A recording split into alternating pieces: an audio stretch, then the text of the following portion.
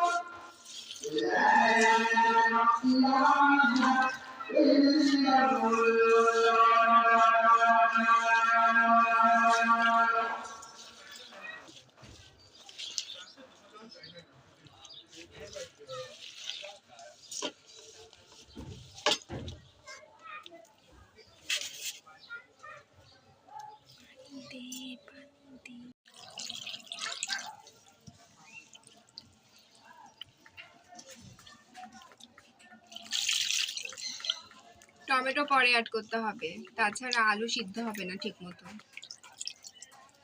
খড়ির চুলার রান্না সবসময় অনেক মজা হয়।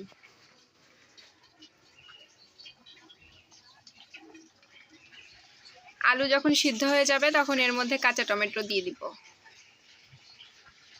আলু সিদ্ধ হয়ে গেছে, এখন টমেটোগুলো দিয়ে দিলাম।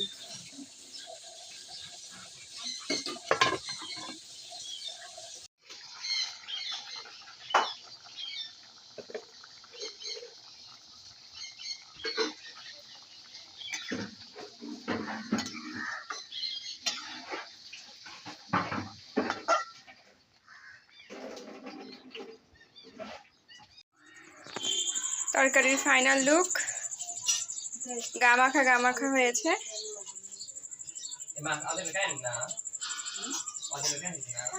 আর খাওয়ার সময় আলু ছিলে ছিলে খেতে হবে।